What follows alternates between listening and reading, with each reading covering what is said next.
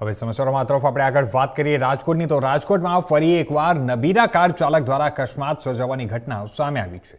આ તકે આપણે વાત કરીએ તો આજરોજ રાજકોટના એરપોર્ટ રોડ પાસે આવેલા મારુતિનગર 1માં બપોરના 11 થી 12 વચ્ચે એક ટાટા કંપનીના પંચ કારના 25 વર્ષીય કાર ચાલક દ્વારા ઓવરટેક કરતી વેળાએ સ્ટીયરિંગ ઉપરથી કાબુ ગુમાવતા કાર આગળ રહેલા કાર અને અન્ય 2 સ્કૂટરો સાથે અથડાઈ હતી અને જેમાં કાર સહિત બંને નાના વાહનોને પણ ભારે નુકસાની જોવા મળી હતી।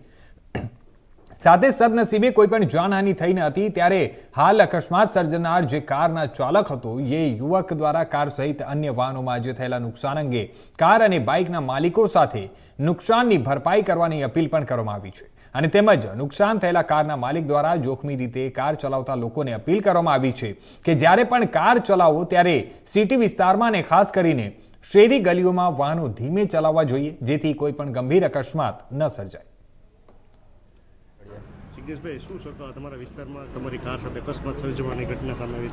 हाँ, सवारना 11:30 आसपास से भाई कार लઈને ટાટા પંચ લઈને આવતા હતા એનું ધ્યાન ન રહેતા ગાડીને પાછળની બાજુ ટક્કર લાગેલી અને આગળ જે 2 વાહન સ્કૂટર પડ્યા હતા એને બી ટક્કર લાગતા આગળ ને પાછળ બંનેમાં નુકસાન થયેલું છે કારમાં અને સ્કૂટરમાં પણ। કાર કોણ ચલાવતું હતું?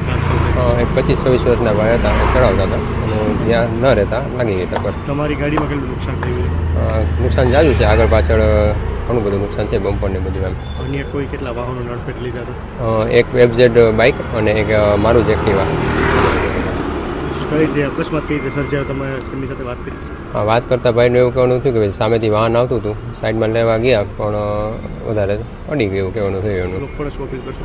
અપીલ ખાસ એ જ કે ભાઈ આવી રીતના કાર પાર્ક કરેલી હોય, બરાબર છે, નાના બાળકો રમતા હોય, કોઈ ગૃહિણી કામ કરતી હોય અને આવું થાય તો અકસ્માત વધુ ગંભીર પરિણમે છે।